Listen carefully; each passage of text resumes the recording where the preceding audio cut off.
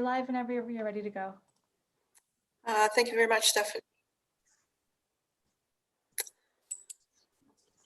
Okay, so Chair Hamlin isn't available for the meeting today, so in her stead, I'm going to chair, and I'm going to call the meeting to order.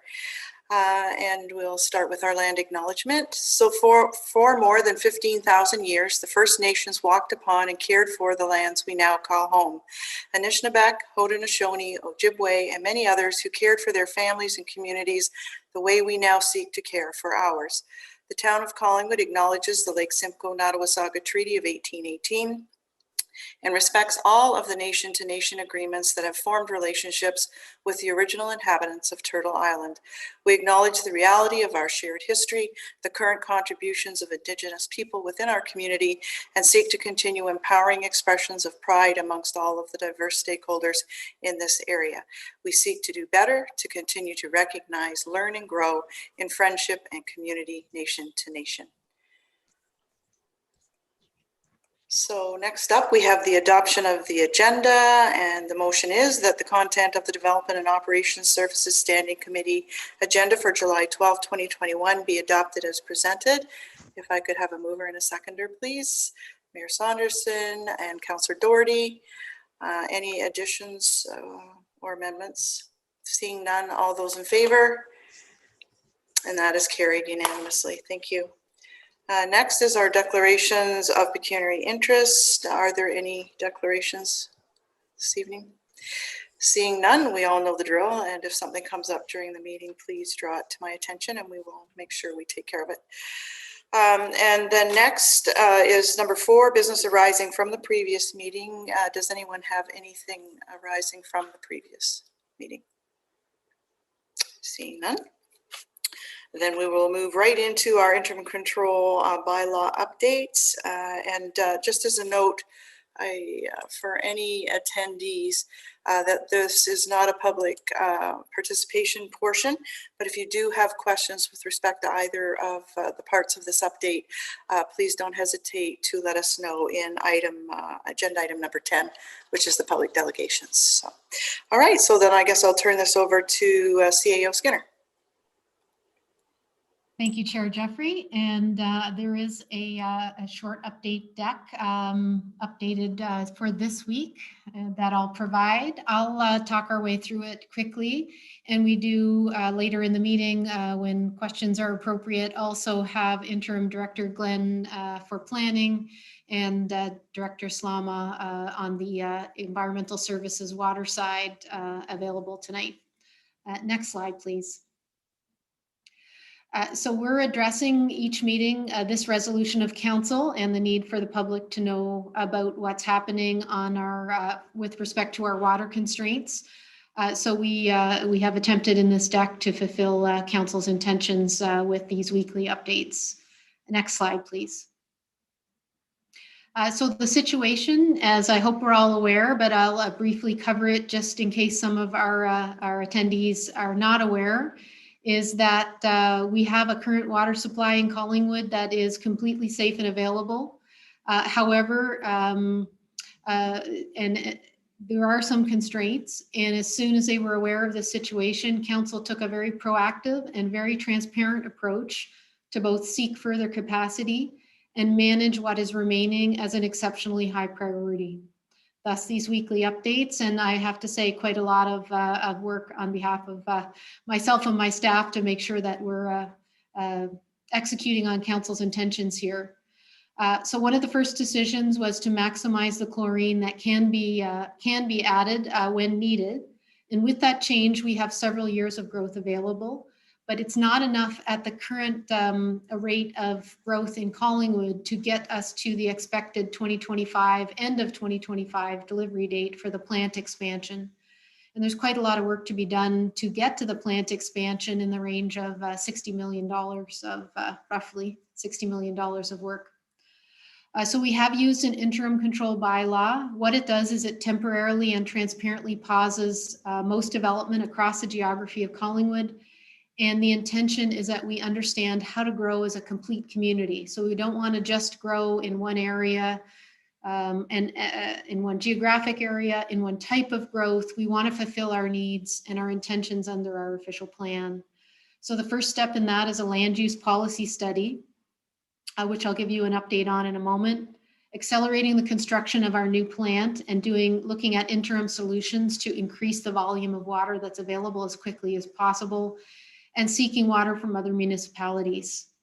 And we want to assure folks that work that doesn't use more water, such as most residential renovations and additions, continues. And you can always contact the town at our customer service desk or our building department to figure out if your project would be able to go forward. Next slide, please. So first I'm going to talk about water capacity, and that's the supply of water that we have. Next slide. This week's updates are that we've confirmed that on July 26th, we'll have our new engineering consultants for the design of the water treatment plant come to council and just talk a bit about the projects, and so they can be introduced to council and the public. And the first task that they will be proceeding with is a review of the disinfection upgrades at the current plant that are possible to address our winter capacity limitations. So we hope that we'll be able to address winter, and then we'll have equal capacity in winter and summer, which would allow us to allocate more water. Our third-party review of chlorine addition to make sure that we've optimized the addition of chlorine is proceeding, and we anticipate that we'll be able to select a qualified consultant this week. And we're continuing to refine the agreement conditions with New Tecumseh, and there's an update coming for council in the next week on the 19th. And we did just meet with staff today to continue thinking about what win-wins might be available between our municipalities to move this forward. And we continue to appreciate our engineering community, and we're building upon the chlorine and UV suggestions that they had made earlier in this process. And if I don't say it later, we appreciate the development community who've also contributed some thinking to how we get through this challenging situation together. Slide 6, please. So on the drinking water treatment plant expansion, here's the steps that we're going through. So this is the same as last week. We've awarded the engineering design, and we hope that through potentially the later fall of this year, the consultants in collaboration with us will complete the preliminary design. So that'll be the next big step. And somewhat, but not totally independently on the right, we're working on the discussion with New Tecumseh, Town of the Blue Mountain, and the Ministry of Environment Conservation and Parks around reducing supply or getting water back from other municipalities. Next slide, please. The remaining water supply is noted here, and there hasn't been a change from last week. As it's measured in this chart, it's SDUs, or single development units. That's the number of single family dwellings we could build with with the remaining water supply. I did mention last week that we were also going to provide this in meters cubed. We weren't able due to vacations to get that up today, but we'll make sure that it does come in subsequent weeks. So we're constrained by winter, which is that number in bold. So as of the 28th of June, which is still current, we could build 863 more units, pending the final decision from council around the additional exclusions to the interim control bylaw that were endorsed to go forward to them for their decision next Monday night. The bottom of this chart talks about what we would be able to put forward were we constrained by summer instead of winter. But it's not as straightforward as the numbers might lead you to believe, simply because people actually use more water in the summer as well. A typical dwelling, for example. So we'll keep informing folks as any decisions are made on allocation and the remaining water supply. Next slide, please. And now I'm going to flip over to the other side, which is our planning side, the land use planning policy study. Next slide. So we're just getting into the study. I have had a first review of the schedule. We were hoping we'd have some more detailed dates for you today, but Interim Director Glenn, the Meridian Consulting, and to some extent myself have been going over these dates, and we're finalizing those. So it's I don't want to give too much. I'm hoping we can get through this in less than 1 year, but we'll stay tuned for those detailed dates and the times that we'll be able to go out for the various types of consultation. We hope that our engineering community and our development community will be very interested in also commenting here, but it's also going to be very important for the public to comment. Because looking forward to how we want to develop and what a complete community means to the public is going to be exceptionally important. So I want to start emphasizing that now. Next slide, please. So I had mentioned that there were some exemptions to the water controls, and appreciation to the development communities for their input there. We did evaluate all the people who had applied for and proposed an exemption. And the Strategic Initiatives Committee last week has put forward a recommendation for council to endorse 315 single development unit equivalents. So that decision will be next Monday night. And I had mentioned that we were looking into the details of the dates for the planning study, which we'd like to get done as soon as practical, as long as it's done very well. And we have established an internal steering committee to make sure that all the departments are working together to move to a new era of corporation-wide planning. So that's working well. Next slide, please. And with that, I will turn it back to Chair Jeffrey. Thank you, and I appreciate the ability to provide updates on this important topic. Thank you very much. CAO Skinner, do any of the committee members have questions as a follow-up to the presentation? Okay, seeing none, that brings us to agenda item number 6, which is staff reports. And the first up is P2021-21, and it's a request for a potential review of materials and design guidance in the downtown Collingwood Heritage Conservation District Plan. And I would ask Interim Director Glenn to introduce Planner Justin, and who will probably give us the overview. Thank you very much, Chair Jeffrey.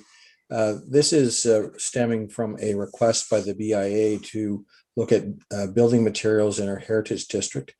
Justin Teakle from our planning department has been the staff liaison with the Heritage Committee, and he has prepared a review for committee's consideration. He'll walk you through it. Thank you, Chair. Great, thank you. Floor is yours, Planner Tico. Good evening, committee. If clerks bring up the PowerPoint, wonderful.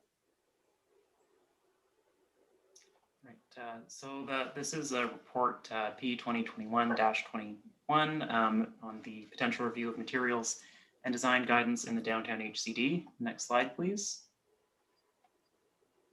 So this report, as Ron mentioned, follows up on a request from this committee on May 10th regarding the BIA's motion to review and update and recommend the recommended building materials in the HCD. Heritage Committee was consulted at their previous meeting in June, and their recommendation is consistent with the staff recommendation in this report. Next slide, please. So the original district plan dates to 2002, or the original district rather, and the current plan dates to 2008. And all material and design guidance for the HCD is within the district plan. Next slide, please. So exterior alterations in the HCD require a heritage permit with a few exceptions. Where the permit application is consistent with the plan, staff have delegated authority to issue that permit. Where there is inconsistency or with staff's discretion, that heritage permit proposal goes to Heritage Committee for a recommendation, and through Standing Committee, this committee, and Council for a decision. Staff do not have authority to refuse the heritage permit. Next slide, please. Section 9.1 of the district plan relating to the purpose of the design guidelines states that design guidelines are the enforceable benchmark against which applications for alterations are judged, but are not intended to restrict new ideas that are compatible with original built character of the town. So staff are of the view that the language in the existing district plan provides flexibility in terms of materials and is not intended to restrict new ideas where they are compatible with the district. Next slide, please. Further, little has changed in terms of best practices for heritage conservation since the district plan was established, and the ministry established principles for heritage conservation, including respect for historic material and respect for original fabric, have remained consistent. Next slide, please. In terms of updating the plan, if that was the direction that the town wanted to go, material and design guidance beyond technical amendments would require the town to go through the process for essentially establishing an HCD. So the Ontario Heritage Act doesn't create a streamlined or separate process for amending an HCD plan. So that includes a study, drafting an amended HCD plan, public notice in a meeting, council decision and notice of passing, and if there's objections, then there could be appeals to the Ontario Land Tribunal.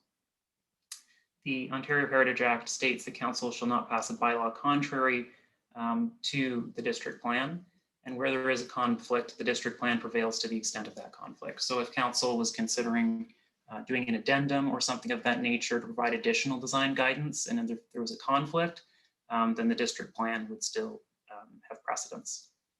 Next slide, please. So in conclusion, a study would be a likely large and costly exercise with an unclear outcome. Significant changes to the district plan's material and design guidance are not likely, given that little has changed regarding best heritage conservation practices, and council maintains the authority to approve any alternative material or design approach not contemplated by the plan. So the staff recommendation in summary is to receive the report for information, and that council recommend that a study not be undertaken to consider amendments to the material and design guidance of the Downtown Collingwood Heritage Conservation District Plan. Thank you. Thank you very much. So this is a public participation portion of our meeting, and I would ask Deputy Clerk Dahl if there are any of our attendees in the public gallery wishing to speak to this item. Thank you, Chair Jeffrey. We do have some members in the attendees list. If you'd like to speak to the staff report, please raise your hand by pressing the raise your hand feature at the bottom of the screen. It doesn't appear that anyone wishes to speak to the staff report tonight. Okay, thank you. So I'll read in the recommendation that staff report P2021-21 requests for a potential review of materials and design guidance in the Downtown Collingwood Heritage Conservation District Plan be received, and further that council recommend that a study not be undertaken to consider amendments to the material and design guidance of the Downtown Collingwood Heritage Conservation District Plan. Could I firstly have a mover and a seconder, please? Mayor Saunderson and Deputy Mayor Hull. Okay, and I have, oh, thank you, Deputy Clerk. Sorry, I do have the chair of the Heritage Committee, Kathy DeRuiter, who's in our panelist list, because she'll be speaking later on in the meeting, and she'd like to address the report, if that's okay. Yeah, of course. Yeah. Right, just 1 second. Good evening. Welcome, Kathy. Oh, thanks. Here I am again. Yeah, congratulations on being chair. That's terrific for us. Thank you. Just in support, and I believe you did receive some correspondence from 2 members of the public, from the ACO and from another person that I was copied on the same email regarding comments on that. So I didn't know whether that would be introduced at this portion of the proceedings or. I think that they were brought to the attention of all of the committee members. I'll just confirm the clerk did circulate to all. So we have had them and they've come to our attention. So that's good. Okay, I'm sorry, I new to this. So, and that's why I was slow in raising my hand because I wasn't sure how to do it. So I had to find the right spot. But yeah, that I just wanted to add my personal support to what Planner Teakle has proposed, and that the Heritage Committee has always been very amenable to someone who, a property owner who is suggesting an alternative material, but we deal with it on a case-by-case basis, and it seems to have been working quite well, so that even though the plan would stay as is, it's not to say that the Heritage Committee is not amenable to listening to whomever about an alternative material. Okay, thank you very much for that clarification, Chair Kathy. That's awesome. Okay. All right, so then we will go on to the Deputy Mayor had requested to speak. Thank you. I had circulated to each of you this afternoon my intent, just as the council representative for the BIA, given that this was a request that came through them and that the agenda was posted Wednesday evening, Thursday morning at 7:30 a.m. was our meeting. We had an opportunity to simply acknowledge that staff had put this report together, but really hadn't had an opportunity to engage or discuss. So I would like to thank staff for the report, and then I would like to ask the committee to refer the report to our next development and operations meeting, which is Monday, September the 13th, so that the BIA could have a conversation at their next meeting, which will be in August. And should they wish to provide further comment, they would have that opportunity, seeing as they were the ones that actually made the request. Okay, do I have a seconder for the deferral? Thank you, Mayor Saunderson. Okay, so there's no discussion on that. So I'll call the vote on the motion to defer to September 13 at our next development and operations meeting. All those in favor? And that is carried unanimously. Thank you. Great. So just maybe to clarify for Chair DeRuyter, what that means is that, I mean, nothing's obviously changing. It's just that we wanted to give time to the people who requested the report to have time to look it over and give us any further feedback that they wanted to give before we vote on it. So thank you very much for that. And we'll have that down for the September 13th agenda. Next then is our next staff report from Planning P2021-22 Authorization By-law to execute a site plan control agreement and to enact and pass a Deeming By-law, Waterstone Townhouses. And again, I'll ask Interim Director Glenn to provide an overview of the staff report, please. Thank you very much, Chair Jeffrey. This is a report that's prepared as a result of the OLT, or the Ontario Land Tribunal, or Local Planning Appeal Tribunal. They're one old name, one new name. That results in some direction from Council on minutes of settlement and implementation. I just want to clarify before we go into the staff report. This is a site plan that has been issued a decision by the Ontario Land Tribunal on the site plan, but it's withholding the issuance of its order pending the outcome of our ICBL planning study or an exemption granted to the ICBL bylaw. And the SIC committee last week, this property is one of the properties that's recommended for exemption, but the decision to release from the OLT will be held until that exemption is granted at the end. So it doesn't get a free pass. It has to wait until either the exemption is granted or the ICBL is complete. Just want to make that clarification as we go into the discussion on the site plan. Lindsay Ayers has been working extensively with this site plan and the settlement on behalf of the town, and she will take you through the presentation this evening, Madam Chair.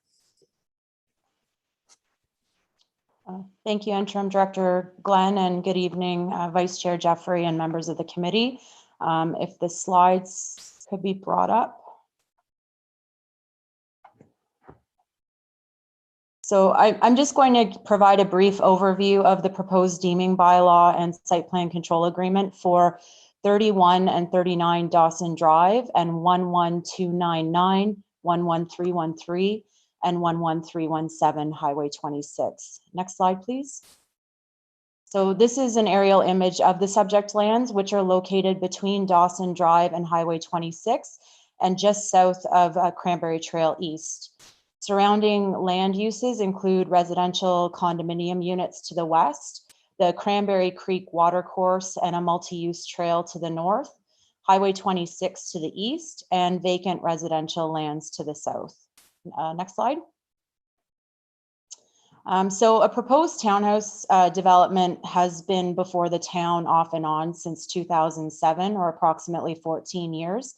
And in February 2019, the town received a new site plan application for a 68-unit townhouse development, and an application for a deeming bylaw was subsequently received in June of 2020. The site plan application was appealed by the applicant to at the time, the Local Planning Appeal Tribunal, now referred to as the Ontario Land Tribunal. And it was appealed on December 30th, 2020 for failure of the town to make a decision within 30 days of the application date. And a hearing was scheduled by the tribunal for May 18th, 2021. The town and the applicant attempted to resolve the outstanding site plan issues prior to the hearing, and a draft order was presented to and considered by the tribunal at the hearing on May 18th. The tribunal's order, as Interim Director Glenn indicated, essentially approved the settlement site plan, but the order has been withheld pending the execution of a site plan control agreement, which is currently before the committee this evening, and the completion of the interim control bylaw land use planning study and any resulting outcomes, or the granting of an exemption to the interim control bylaw, whichever occurs first. And I also just want to note that at the time the staff report was published last week, the staff report identified that the tribunal's order was pending. Subsequent to the agenda being posted, the town did receive a formal decision from the tribunal on July 8th, 2021, and the staff report will be amended prior to advancing to council that reflects this update. Next slide, please. So this slide simply illustrates the 5 parcels of land that are currently separately conveyable and are proposed to be lawfully merged into one contiguous lot through the deeming bylaw before the committee this evening. Next slide. And the site plan, I apologize for the resolution. It's hard to fit them all on one screen. But the site plan represents a 68-unit residential townhouse development fronting onto Dawson Drive. The townhouses are 3 stories in height and are arranged into 12 blocks, with the blocks ranging from 4 units per block to a maximum of 8 units per block. A total of 153 parking spaces are provided on the site. 2 spaces are provided to each townhouse unit, one being in the driveway and the other being in the garage, as well as 17 visitor parking spaces, 2 of which are accessible parking spaces. A 1.5 meter sidewalk is proposed along Dawson Drive, fronting the development, and a connection to the existing town's trail system has been provided in the northeast corner of the site. There's also been a 0.9 meter delineated concrete sidewalk provided along the internal condominium, private condominium road as well. Next slide. So again, apologies for the resolution. This is a slide of the proposed landscaping for the development. As you can see, there are a number of trees proposed throughout the development, and enhanced landscaping has been provided along the rear of the property, particularly where it abuts the existing town's trail system and Highway 26, recognizing the importance of that streetscape. And also enhanced landscaping has been provided for those blocks that are fronting Dawson Drive, particularly along the end units. And there's one accessible visitor parking space located in the front yard that's also been extensively landscaped to improve screening along Dawson Drive. Next slide. So the remaining slides of the presentation illustrate the proposed building facades and elevation. So this gives you a sample of what the townhouses will look like from the front. And the proposed development is representative of the contemporary new urbanism architectural theme. Next slide. So we also requested, and the applicant agreed that enhanced building elevations would be required at the rear of the blocks that front the town's trail system and Highway 26. So this is a sample rear elevation of one of the blocks that will be backing onto Highway 26. Next slide. And so this is a sample of the front elevation with the building materials. So a range of building materials are provided or are proposed, including cultured stone, decorative wood, paneling, stucco, brick masonry, and wood accents. Next slide. And then further to my previous comment about enhanced landscaping at the end units, there is enhanced landscaping as well as enhanced architectural details that will be provided on the end units that front Dawson Drive.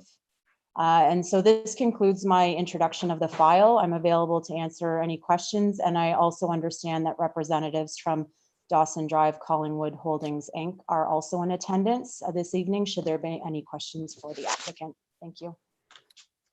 Thank you very much, Planner Ayers, and I will look to the Deputy Clerk to please invite any of the public gallery in attendance who wish to speak to do so.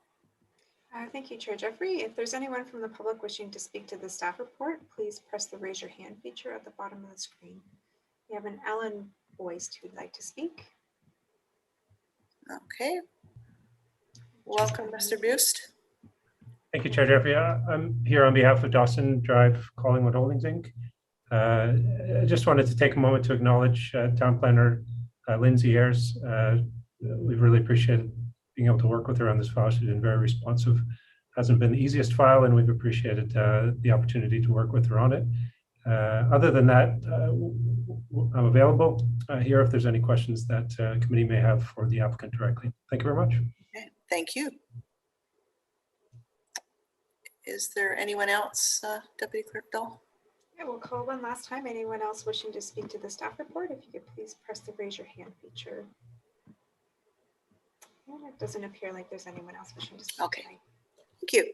So then I will read in the recommendation that staff report P2021-22 Authorization By-law to execute a site plan control agreement and to enact and pass a deeming bylaw, Waterstone Townhouses, be received, and that council enact and pass a deeming bylaw for the Waterstone Townhouses development, 31 and 39 Dawson Drive and 11-299, 11-313, and 11-317 Highway 26, and that council enact and pass an authorization bylaw to execute a site plan control agreement for the Waterstone Townhouses development, 31 and 39 Dawson Drive and 11-299, 11-313, and 11-317 Highway 26. Could I have a mover and a seconder, please? Mayor Saunderson and Deputy Mayor Hall. Do I have any questions from the members of the committee? Seeing no, Councillor Doherty. Thank you, Chair. And this would be through you to Planner Ayers. There were some issues that had led us to stall the approval on this application. And I'm wondering, the resolution has been directed by OLT, but have the issues been addressed?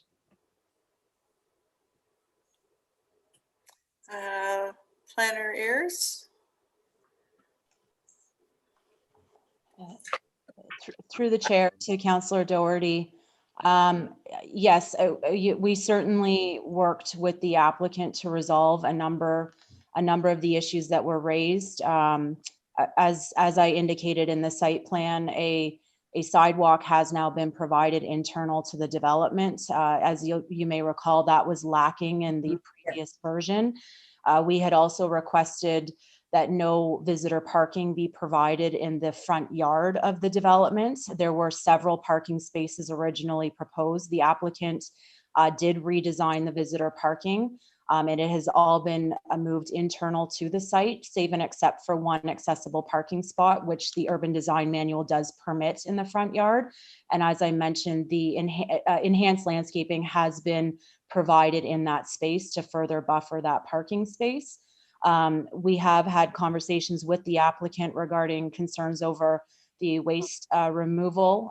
Those notes have been included on the site plan, and it's very clear that the condominium corporation will be responsible for private curbside waste collection services at the cost of the condo corporation.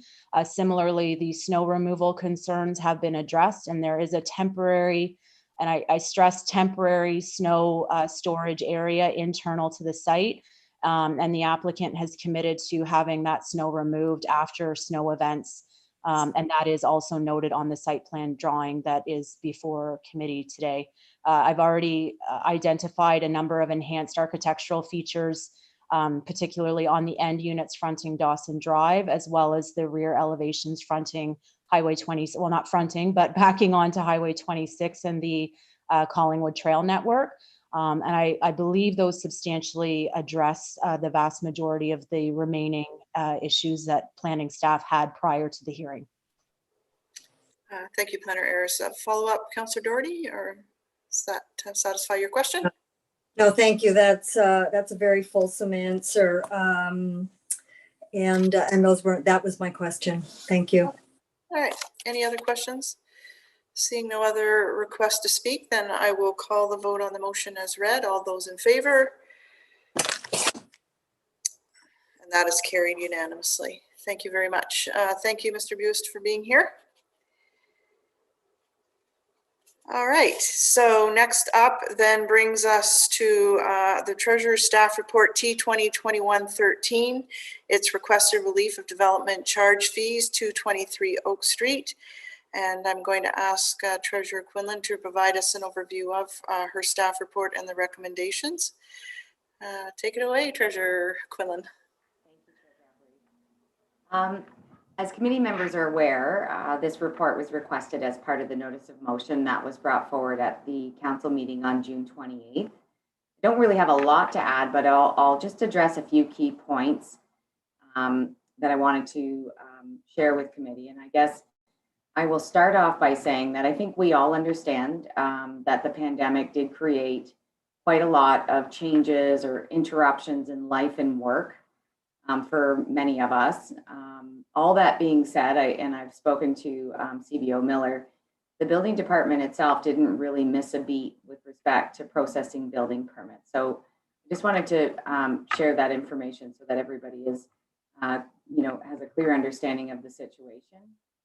I think I know that members of committee understand the foundation of development charges very well, and I just wanted to add that the key to them again is, as we all know, that growth should pay for growth, and that it's truly important that fees are applied in a fair and consistent manner. With respect to the demolition and the exemption that is applied, the rationale behind the timing is to make sure that over time, any freed up servicing capacity is used up within a few years. It does encourage redevelopment, but it also ensures that the costs with respect to any of this growth are included in the updated background studies. And I think as committee is aware, background studies are required under the DC Act every 5 years. So again, kind of a reason why the 5 years is in place.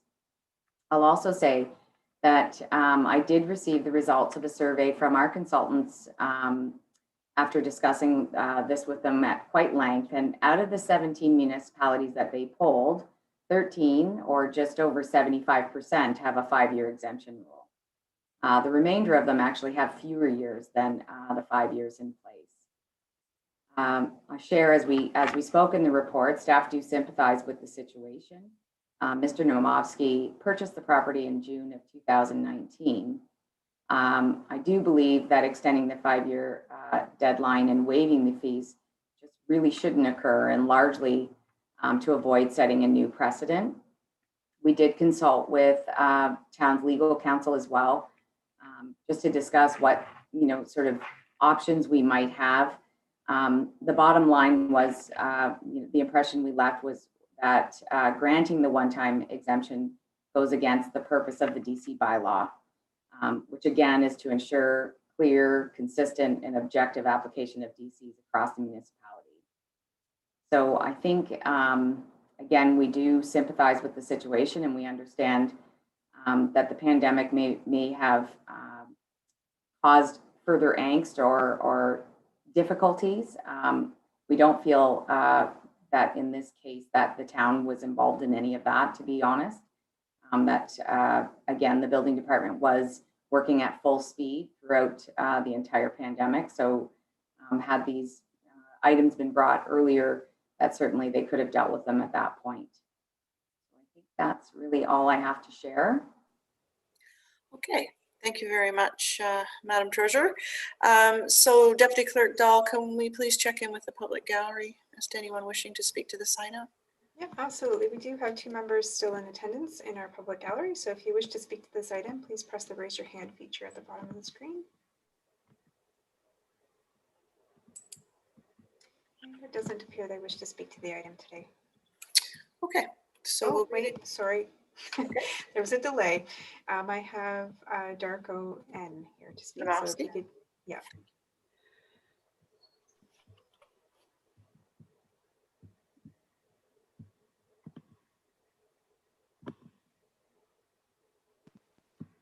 Hi, can you hear me?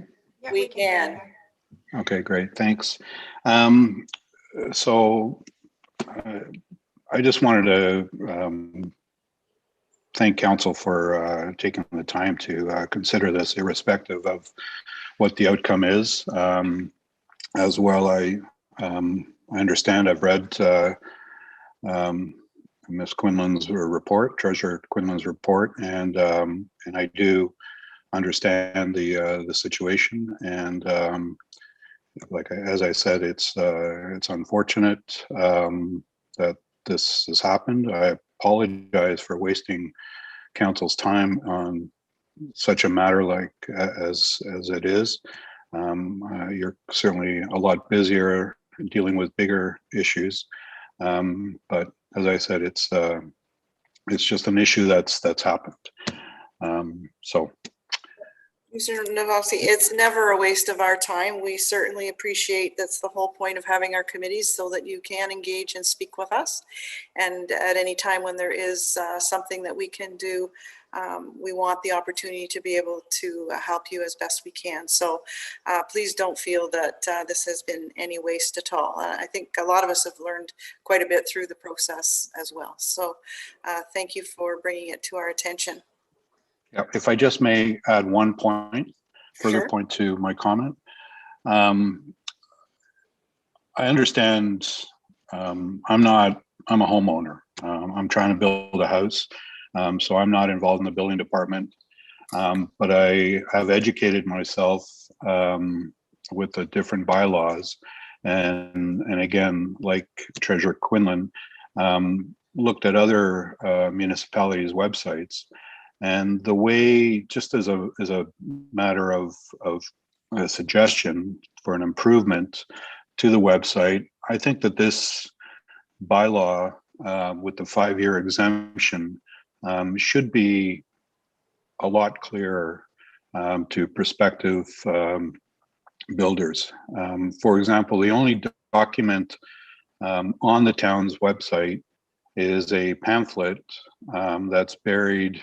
It's not even connected to the building department. It's buried inside the town. I think it's the town treasurer and government department, and it's a PDF that pops up when you do a search on the town's website of development charges.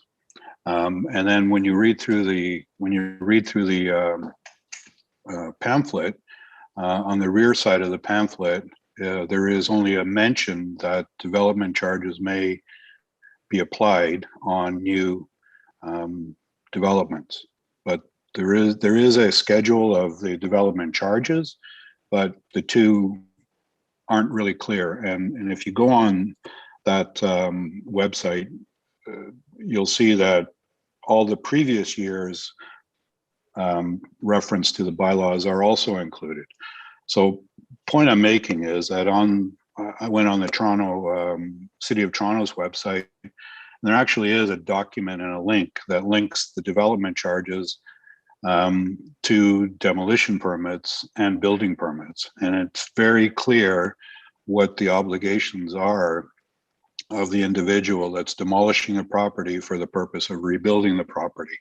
And it's, there are timelines set, and it's not buried. I mean, the language that's written is basically a combination of Ontario Building Code with legal verbiage that to the average person doesn't really make a lot of sense. So that's, as going forward, that's the suggestion that I would make to council, to have staff look at the website and the information provided on the website so that situations like this don't reoccur. Okay. Thank you very much. And I know staff are on the committee meeting, so they have heard the request and they will follow up for sure. Okay. Thank you very much for attending. All right. So now, if there's no one else wishing to speak to this item out of the attendees, Deputy Clerk? No? Okay. So I will read in the recommendation that staff report T2021-13 requested relief of development charge fees 223 Oak Street be received, and further that the request to waive the development charge fees not be granted. Can I have a mover and a seconder, please? Mayor Saunderson, Deputy Mayor Hall. Any questions from committee members through to staff? Thank you, Mayor Saunderson. Go ahead. Yes, thank you, Madam Chair. And I just wanted to speak, although I'm in favor of the staff recommendation, I certainly understand Mr. Nowakoski's comments, and would hope that staff could look into that to make sure that it's clear in future, so that the 5-year confusion with the 5-year limitation, which I understand under the development charges needs to be a hard line, can be made clear to our public. That's great. Any other comments? Councillor Doherty. Thank you, Chair. I will just reiterate a statement that I made at the SIC meeting last week, because the proponent is in the audience tonight, and I do not believe that he was there last week. That was to say that during our initial discussion on this matter, in my statement in opposition, I also made reference to, or not made a statement of a personal nature in regard to the proponent's applications, which was out of line, and I did withdraw that statement. But just because our proponent is here today, I would just reiterate that. Thank you. Thank you, Councillor Doherty. Okay, and if there's no other questions, then I had one question, which may or may not be good in our processes. It kind of builds on what the proponent has already suggested in terms of trying to make it clear. But without assuming liability, are we able to send a courtesy letter 1 year before the expiry? And so I would just add that to the list of things maybe that staff can consider moving forward to make this a better process for those who are in it. And the other question that I'd asked at the committee meeting was the prudence of, we haven't waived any kind of fees throughout COVID, but we have allowed some extension without penalty. I'm just wondering if there's an opportunity here or not, or if that sets another precedent within our DC scope of responsibility. So Treasurer Quinlan, I could just ask you to weigh in on that. Chair Jeffrey, I did do a review of the DC Act just to see, what if there was any spot where we might be able to adjust it and allow some relief, or not really relief, but allow an extension of the payment.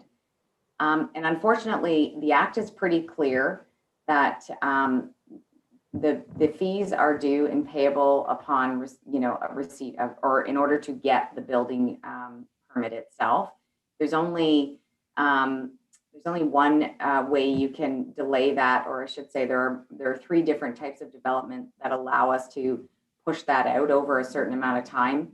And that would be rental housing that's nonprofit, institutional development, or nonprofit housing development. And I don't believe that that's the situation here. Unfortunately, it's Okay, thank you. I read the report to see, but thank you for that answer and for looking it up.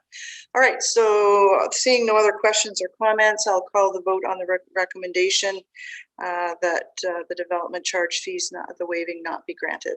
All those in favor? And that is carried unanimously. Okay, thank you very much. So that brings us to agenda item number 7, which is the reports and minutes of our committee and boards. And first, we have a celebration that we're always pleased to have, and probably, well, I know we wish it could be in person, but we will take the opportunity to brag virtually. So if I could call on our community planner, Justin Teakle, to present the 2020 Heritage Award presentation. Thank you, Chair Jeffrey. I think Chair of the Heritage Committee, Kathy DeRuiter, is in attendance, and I believe she's going to walk us through the presentation for the award winners. There, Kathy.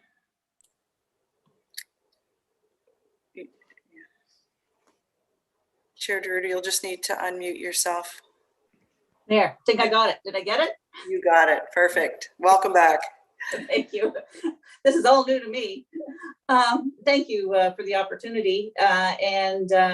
As you know, the awards were actually presented personally by Mayor Saunderson and Jennifer McEwen, the vice chair of the committee, as I was away myself, and she had been the former chair during 2020. It was most appropriate for her to be involved in the presentation. So here's a little PowerPoint that we put together. And next slide, please.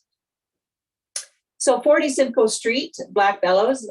I know it better as Days, but here's a little history background from their own website. And we know that the Day family were there for 140 years, apparently. So it's a very historic and one of our gems in our heritage inventory. Next slide, please. Now, some of you may know I have access to some historic photos of Collingwood. And so I had them and I introduced them into this PowerPoint presentation just as a matter of interest, that's all. So this is from approximately the 1940s, maybe when the Days actually took over and did some new work to the buildings. So there's several more slides of that. Next one, please. I think they were having some sort of opening presentations there. And so there's 2 more. And then I think there's possibly 1 more slide. Yes. So those are courtesy of the Saunders Studio collection with the permission of the Simcoe County Archives and digitized by Jason Booth Photography. So it gives a little bit of context, maybe some of us, most of us that weren't here in the 1940s, but it's a little bit of background. And next slide, please.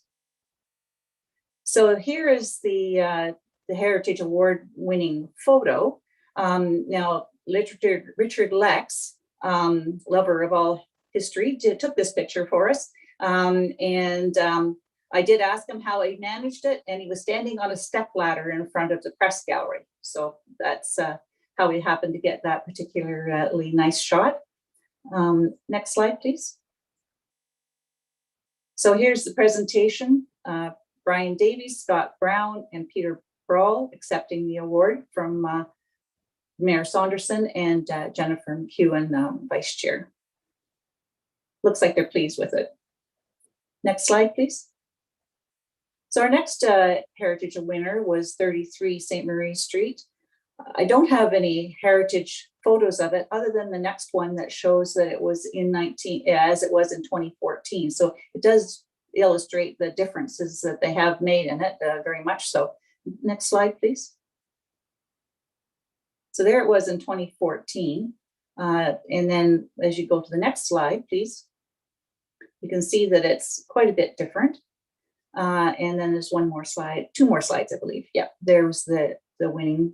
This is the unless you may not be aware that the committee provides a framed photo of the building after the renovations, and also a plaque, a bronze plaque that says Heritage Award 2020 that gets affixed to the winning property, so that anybody walking by can see that they were a Heritage Award winner. Next slide, please. So there are the owners of Mike and Sherry Johnson accepting the award for there, and you can see clearly the actual award itself that they received. So normally these awards would have been handed out in during Heritage Week, which is in February, but things being as they are, it didn't end up being till right now. So we're as a committee, very, very happy that these folks have decided to invest in our downtown and invest in our heritage buildings, and more applause to them as can be for taking up, especially during these uncertain times, to take on these building renovations and enhancing our heritage district. Thank you. Very well said. Thank you very much. There's clapping going on here. You can't hear.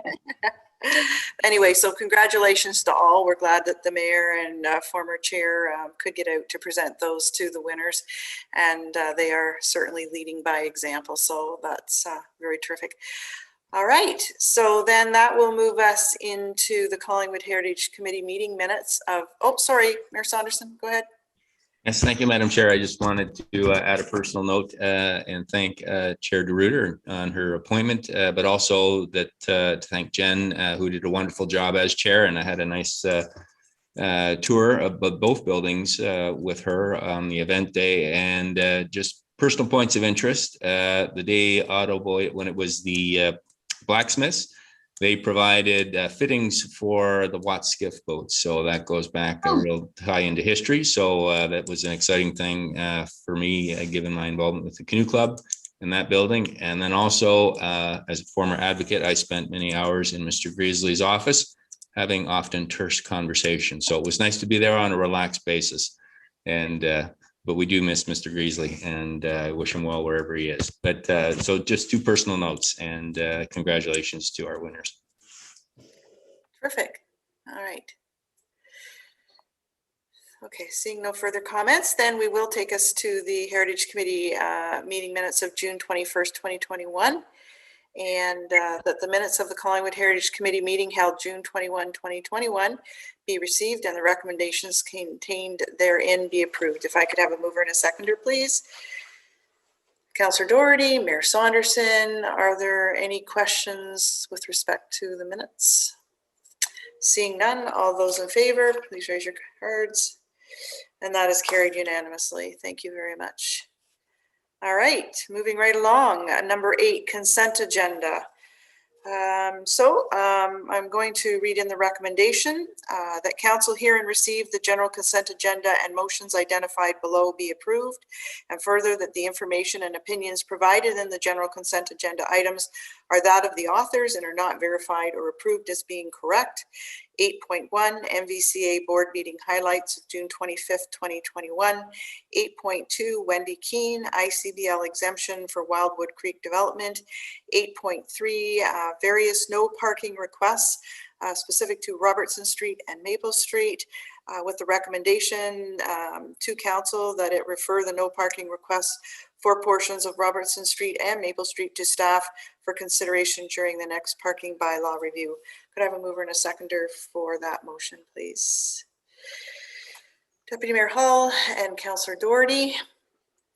All those in favor? And that is carried unanimously. Are any committee members wishing to pull any items for comment? Councillor Doherty? 8.2, please. I'm not seeing any others, so go ahead, Councillor Doherty. Thank you. And so this is a letter which we received from a proponent for the Wildwood Creek development. we have just recently reviewed a long list of exemptions to the ICBL, and the criteria was rigorous. And it was quite evident in all cases where exemptions were granted, the reasons why those exemptions were warranted. So I just wanted to get an understanding as why this proposal was not included in this list. And I guess that would be through you to Interim Director Glenn. Thank you. Interim Director Glenn? Thank you, Madam Chair, and through you to Councillor Doherty. This application dates back to January of 2018. It's been a long-standing application, primarily with a number of issues related to it. The most recent issue is an issue with the Notawisaga Valley Conservation Authority, wetland setbacks and building for it. And it requires an official plan amendment, a zoning bylaw amendment, and a site plan approval. Due to the outstanding issue with regards to the NVCA, the OPA and zoning bylaw have not proceeded through to approval. And we're still working through those site plan issues and land use issues with regards to policy. And so it wasn't in a position to be imminent for approval, is why it's not recommended on the exemption list for the ICBL. Thank you very much. Follow up, Councillor Doherty? I think that's a fulsome response. No, thank you. That's very clear. Thank you. Thank you. Okay, so I'm not seeing any other comments. So we're going to move on to item number 9, which is departmental updates. I'm very pleased, firstly, to be hearing from Manager Kenny on an economic development update. Welcome. Thank you very much. Thanks for being here. First, I want to thank the committee and council as a whole and CEO Skinner for inviting me to this meeting and the opportunity to speak. And there is a presentation that's accompanying. Perfect.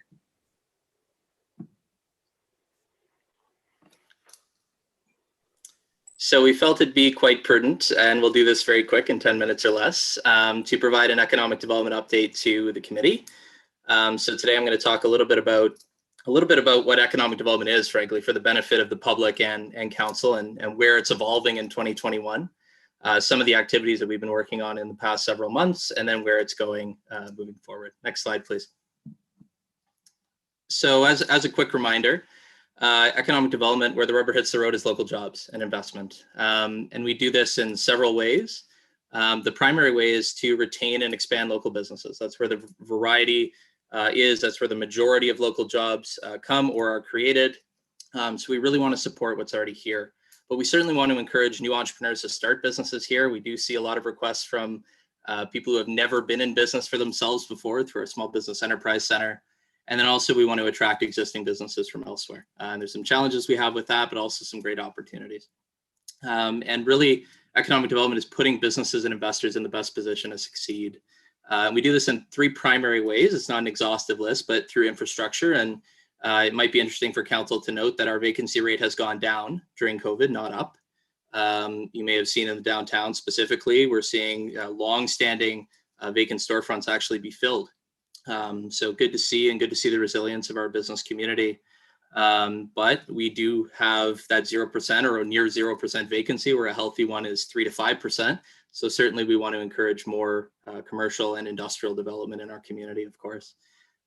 We also provide data to these investors and businesses to do prudent business planning and really put a great foundation behind their business. And then finally, servicing, and that's not just water and wastewater, that's hydro, that's natural gas, and certainly that's internet in 2021. And we're very well positioned in those 3 areas, luckily. Second is policy. So we want to be business and investment friendly, and that could be something as simple as the home-based business bylaw, or it could be something like Patiolicious and the logistical flexibility that we had to be able to get more patios out on our main streets this summer. So that's really wonderful. And then the third one is programming, and this is really our bread and butter, our core service, which is our training, providing information to our business community, and the services we provide through the Small Business Enterprise Center, through the Business Development Center, and through our entire entrepreneurial ecosystem, which involves a lot of our partners. Next slide, please. So I wanted to kind of visualize what we do with the business community, and really wanted to note to you that we are not selling a cup of coffee, right? If you go to Tim Hortons, it's a $2 or $3 transaction, you're in, you're out, and that's sort of the nature of the transaction with them. With us, it's really a multi-year nurturing and building of relationships. And you'll see, you know, we have a lot of people that we want to build awareness with of our services, both locally, regionally, in the case of the Small Business Enterprise Center, and certainly from the GTA. And we eventually want them to make that purchase. And that purchase to us is not transactional. It's not, you know, they provide us with funds and we give them something. It really is an investment in our community. So that could be buying a home, starting a business and renting commercial space. It could be starting a home-based business. In fact, it could be a range between 4 and 9 figures when you get to the root of it. So these are not very simple transactions. These are transactions that's not unique, that we would have somebody reach out to us 1 year and 4 years later, they would reach out to us, or intermittently in between with different needs and different requests. So it's really a long-term play that we do. And then if you see at the end of the funnel, you'll see retention and expansion. And I talked about supporting our local businesses as the primary way to create local jobs. When you hit that purchase, you actually start to see the funnel revert and start to widen, because that's really where the core of our business is. As soon as they make that investment in the community, then we want to support them with a grand opening. We want to support them with finding labor. We want to support them with providing service to them on an ongoing basis. And again, continuing that relationship over the long term. Next slide, please.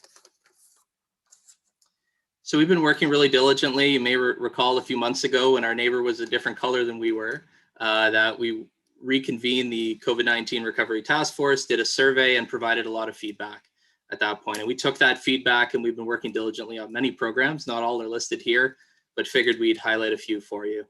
The first one we want to highlight is Patiolicious Season 2. I will say that this is not just us. This is due to logistical support of many town departments, public works, recreation, clerks. Everybody had a part to play in getting these patios online. So we're the marketing arm of it, and we're able to share that story widely with our community. And this year we were able to expand the geography out of the downtown. So we had more restaurants sign up, and it's all season long. So it's not a time-based event. It's not a 2-week event. It is certainly from day one when we were able to open patios until the last day of patio season, when it's probably a little too brisk to be on the patio to begin with. The second one that we focus on, and one that was really mobilized quickly at the start of the pandemic by my predecessor, was weekly information to the business community. You know, we really wanted to provide communication to let people know of the vast changing programs and services that come out. And in fact, we had a tourism grant that showed up a couple of hours ago from the federal government. So staying on top of those types of things and getting the resources into the hands of our businesses. And then finally, the thing that was the most discussion a few months ago was our local incentive. And we really took a long and deep thought at this. And we thought, you know, the local incentive, as we've discussed it, is really focused on getting residents to the businesses. And what if we looked at it, because we are a primary service of providing service to business, how do we incentivize the businesses to become more resilient, to really compete better with the big boxes online primarily? And really what we've looked at is something we call omni-channel support, which is it should be seamless to deal with a local business online as it is walking in the store. And often you'll see clients or customers that are doing all their research online before they would ever walk into a store. And we've certainly seen a convergence of online purchasing throughout this pandemic. So we're looking at how do we provide hands-on, deep incentives for these businesses through product photography, through shipping, through delivery, through literally time that we spend with them to get them online. So it's removing that barrier, because certainly they're working in their business and it's tough to work on the business in some cases. So by providing this best in province support, this is a program I haven't seen anywhere else. We believe that we can become much more competitive with the big box retailers and provide an opportunity for a potential pilot project in 2021 with a few businesses to get them off the ground, and then expand that rapidly in 2022 as we move forward. And you'll see the digital Main Street implications a little later on in the presentation. Next slide, please. So I do want to note that the core of our service delivery really is our Small Business Enterprise Center. Tim Newton does a wonderful job leading that, runs a variety of programs, and this is a great deal for Collingwood. The province provides the vast majority of funding for our Small Business Enterprise Center. We do kick in some funds, some logistical support, certainly, but we're seeing hundreds of businesses every year get serviced by these great men and women and a lot of our mentors and all the services that they provide there. And a couple of highlights we wanted to bring in: our summer company, which is targeted at our youth, and our starter company, which is targeted at the greater community. Completely full, 19 completed applications. We have 72,000 in grants that was funded through the province that went to these entrepreneurs to start businesses in our community, and we have a wait list. So lots of demand and lots of interest for those programs. Digital Main Street, I'm really happy to announce that there will be an extension to February of 2022. We did receive an additional $75,000 of grant funding, and that will help serve more businesses than we already have, which is over 500 since 2019. And certainly this is a regional program, so we'll cover some of our neighbors, but our economies are all linked, and there's a lot of people from Collingwood that work in Wasaga Beach or work in Blue Mountain. And there's lots of opportunities for a rising tide to lift all boats, so to speak. And then finally, a little over a year from now, we had 930, actually over 930 businesses consulted and over 2,000 people attending our virtual event. So certainly a lot of reach there for the Small Business Enterprise Center. Next slide, please. I'll speak very briefly about the Accelerator. We're working in the back end. CEO Skinner and I are working closely on this. But to give you a sort of a brief definition that you can kind of stick in your back pocket is a small business accelerator is a connection of high-end mentorship and access to capital. And we're bringing that to the community to be able to help our target businesses, which are those that can grow and scale quickly. So go from 1 to 10 to 100 employees very quickly and create a really meaningful benefit to our community of white collar knowledge-based jobs, essentially, that are sustainable and might fit really well with our community and the brand that we have. So the Memorandum of Understanding is in the final stages, and then there'll be board selection where we'll get council involved as well. And then we'll go from there and start to see results. And I will say initially significant interest from the business community, especially in Collingwood. I think we're sort of the centerpiece of this accelerator, and I really look forward to presenting council with more results as we move forward. Next slide, please. And a little bit of an eye towards what's coming soon. The interim control bylaw notwithstanding, we continue to work on our investment readiness program. So this was something that was very simplistic when I walked in the door, and we wanted to ramp up very quickly. So we're working on an online data dashboard to try and bring, investors, realtors, developers, landowners with the great information they need to be able to make decisions, especially in the due diligence stage. We are working on our development curation service, which is that due diligence process, and really getting people to site plan with a very meaningful development. So that could be, they have questions at that point about workforce or available land. Not everybody that we deal with has a piece of land in mind. So we try and point them in the right direction and work through our zoning bylaws so that when the planners see it, it's something that they can sink their teeth into and really get a meaningful discussion going because they've checked a lot of boxes already. And then finally, business ambassadors. So we're looking to connect with our business community. We're looking to get a few ambassadors on board to help with development attraction. We're looking to help with just giving us an eye to the private sector, honestly, and helping craft our programs the way that we do. Second thing that I'll note is Main Street modernization. You will see a very wholesome presentation on this in September. Think of this as our soft launch year, so to speak, as tourism is a bit tempered this year. But we're working on signage, which you may have seen out and about, and we're working on a digital discovery app. Both of those will be connected using augmented reality, which again is one of the first times I've ever seen augmented reality used in a municipal setting and certainly economic development. Again, you'll see a more fulsome update then. Happy to say we are on or under budget for that program and was slightly delayed, unfortunately, due to COVID with some locates. But we're very happy to bring that to market very shortly. And then finally, we want to put council in the best position to celebrate business successes. We want to create a toolkit for council that is very professional, very forward-looking, that we can make businesses feel celebrated, they can feel valued in our community. Again, that business retention expansion piece. We want people to stay here. We want people to thrive in Collingwood. So whether it be a grand opening, a merger, an anniversary, or even some of the things we've seen recently. For example, Crozier with this wonderful $20,000 program for home buying. We had Greenland Engineering get shortlisted for an award. We want to celebrate those things and share them widely. So we'll be creating that toolkit for council as well. And my next slide, I believe, is simply a question slide, and that'll wrap me up. So if there are any questions or comments, happy to take them at this time. Thank you very much. Some very exciting things coming up and ongoing. So are there any questions or comments from the committee members? Councillor Doherty? Yes, thank you, Chair, and thank you very much, Manager Kenny. We haven't seen you a whole lot in front of our committees or council, but I can see that you've been extremely busy, as has the whole department. And I also just want to note that I did receive the 60-second news update this past week, which included the 2021 Collingwood Community Profile, which was an excellent document, very thorough. And I assume that this will be generally available on your website, on the town's website as well, and to anyone who requests it.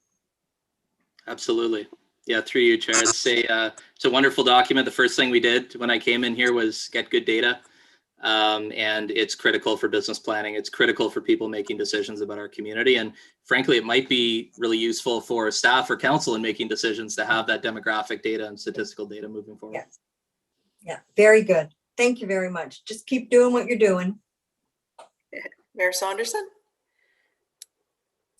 Yes, thank you, Madam Chair, and through you to Manager Kenny.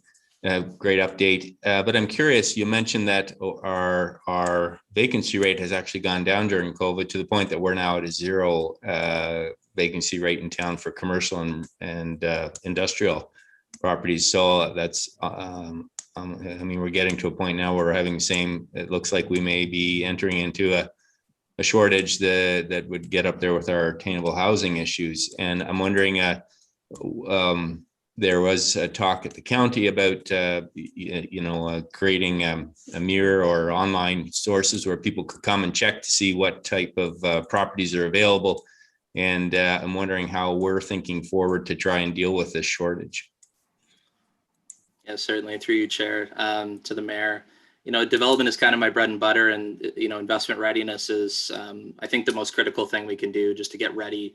And for us, yes, the county is working on their online portal, though it does have some limitations, unfortunately, because the Toronto Real Estate Board doesn't play well with online portals and kind of porting their data. So we're working through what does the local solution look like. Frankly, I think we can build a relationship or knowledge of each and every landowner industrially that we have. It's not hundreds and hundreds of landowners. And we certainly have commercial opportunities within, our zoned lands, and certainly some opportunities to potentially expand or become more flexible as we go through the official plan and zoning bylaw updates as well. So we're certainly keeping abreast of that internally. Again, a healthy vacancy rate is 5%, and this is a challenge across Simcoe County. The county will send out, opportunities for industrial development, and there's nowhere to put them. And that's from Bradford all the way to Orillia and beyond.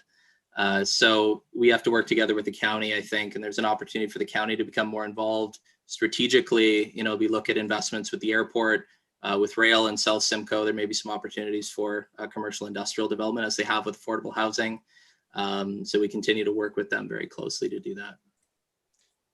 And if I could, Madam Chair, thank you for that answer. And you talked about data, and when you came in that we were putting together that dashboard of data. And I'm just wondering, how are we evolving that moving forward, or what changes have been made, if any? Thank you for the question, and through you, Chair. So we're working on it in kind of a phased approach, frankly. So our community profile is kind of a point in time. Think of it as a balance sheet of data. We're looking at growth-related data and sort of a mix of things that are publicly available, StatsCan and other places, and then also locally sourced. So, our building permit data and stuff you can really only find in Collingwood.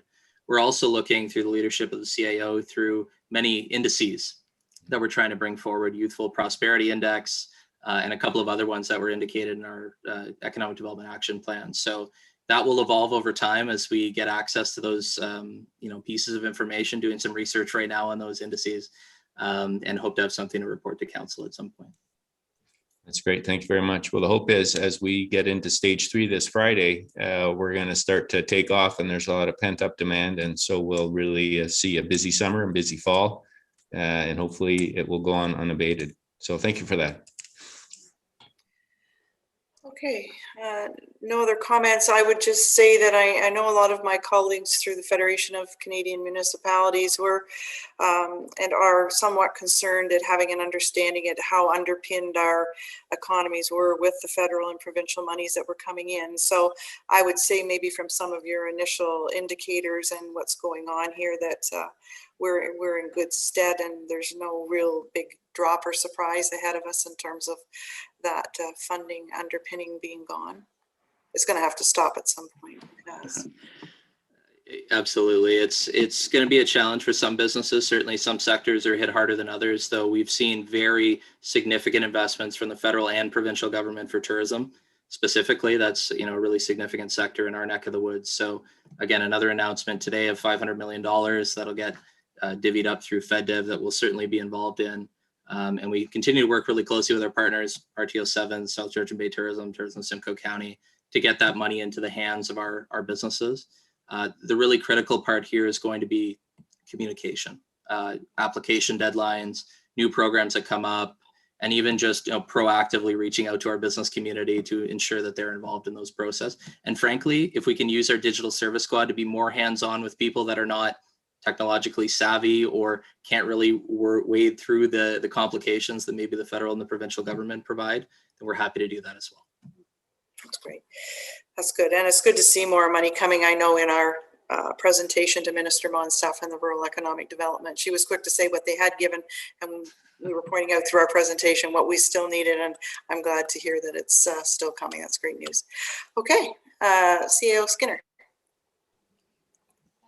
Thank you, Acting Chair Jeffrey. I did want to underline, and I think you would say this in any case, but some of the supports that maybe we're helping people transition through shutdowns and the like, I think we can transition away from, but we deeply appreciate the funds for things like supporting accelerators, the digital service squad, things that we use to support entrepreneurs. So if there's any opportunity to talk about how those programs are important to us and continue to be important to us, that would be good messaging for the Federation of Canadian Municipalities for sure. Thank you. Great, thank you. Mayor Saunderson? Oh, unmute yourself. You think I'd be used to that by now. This is a follow-up, and I just wanted to put the question out there because we had some discussion about, but I didn't know if there'd been any progress on the community investment fund concept. I know we'd had some discussions with the province, and I don't need an answer right now, but maybe at some point an update on that. Okay, they've heard you. That's great. All right. Well, now, if there's no, oh, sorry, Deputy Mayor Hall. Thank you. Just a brief comment, and that is to piggyback on committee member Doherty's comment with regards to the 77-page community report. I was in touch with our CAO earlier today about another matter pertaining to the website, and this report, although tailored perhaps to the business community, to those looking to invest, and it really has, a wide swath of information and at a macro, and then it really dives into a micro. There is a lot of really good information here for just anyone who is interested in Collingwood, whether it be somebody who's living in the community and is looking for quick facts, or somebody who's looking to move to the community.